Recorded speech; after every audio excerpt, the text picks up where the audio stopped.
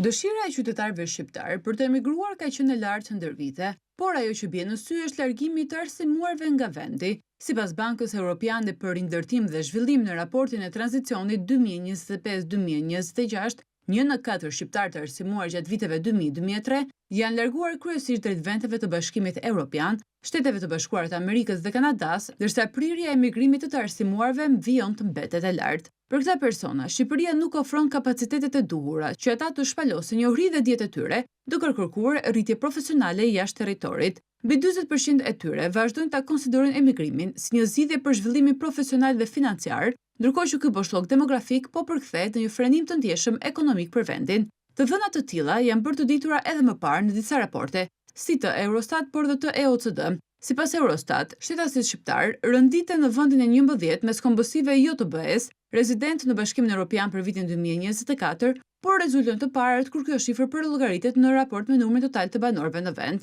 Ndërkohë, si mbështetje për këtë gjetje, edhe Organizata për Bashkëpunim dhe Zhvillim Ekonomik thekson në raportin e fundit të publikuar në qershor të vitit 2025 se Shqipëria vazhdon të mbetet ndër vendet me nivelin më të lartë të emigrimit të personave me arsim të lartë, duke paralajmëruar se largimi i profesionistëve dhe të rinjve të kualifikuar po dobëson tregu vendas të punës dhe po krijon mungesa në sektor kyç si shëndetësia,